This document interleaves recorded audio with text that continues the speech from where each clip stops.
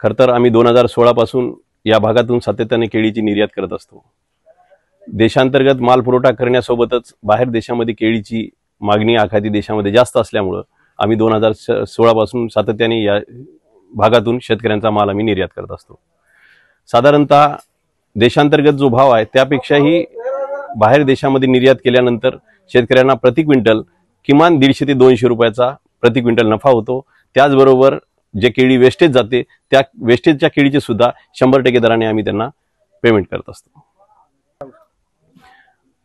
आज कटिंगच्या दिवसापासून ज्या दिवशीपासून माल या बागांमधून हार्वेस्ट होतो त्या दिवसापासून साधारणतः 25 ते 30 दिवसाचा कालावधी हा बाहेर देशामध्ये निर्यात करण्यासाठी लागत असतो। नाही, आता कसं आहे, तसा आपण जर विचार केला तर आपल्या जिल्ह्यालगत जो सोलापूरचा जिल्हा आहे, खरं तर नांदेडच्या जिल्ह्याच्या 50% लागवड ही सोलापूर जिल्ह्यात नसते, परंतु सोलापूर जिल्ह्यात जर आपण फिरलो तर त्या ठिकाणी असं लक्षात येते की आपण जसं या ठिकाणी मोबाईल पॅकिंग बघितली, शेतीच्या फील्डवर येऊन आपण पॅकिंग करतो, तसं ठिकठिकाणी त्या ठिकाणी त्यांचे पॅकिंग हाऊस असतात।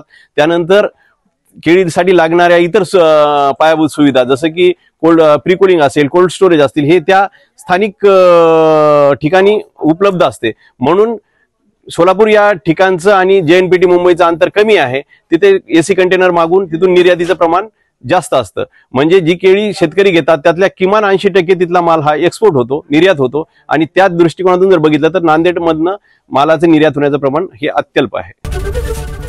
ABP माझा, उघडा डोळे बघा नीट।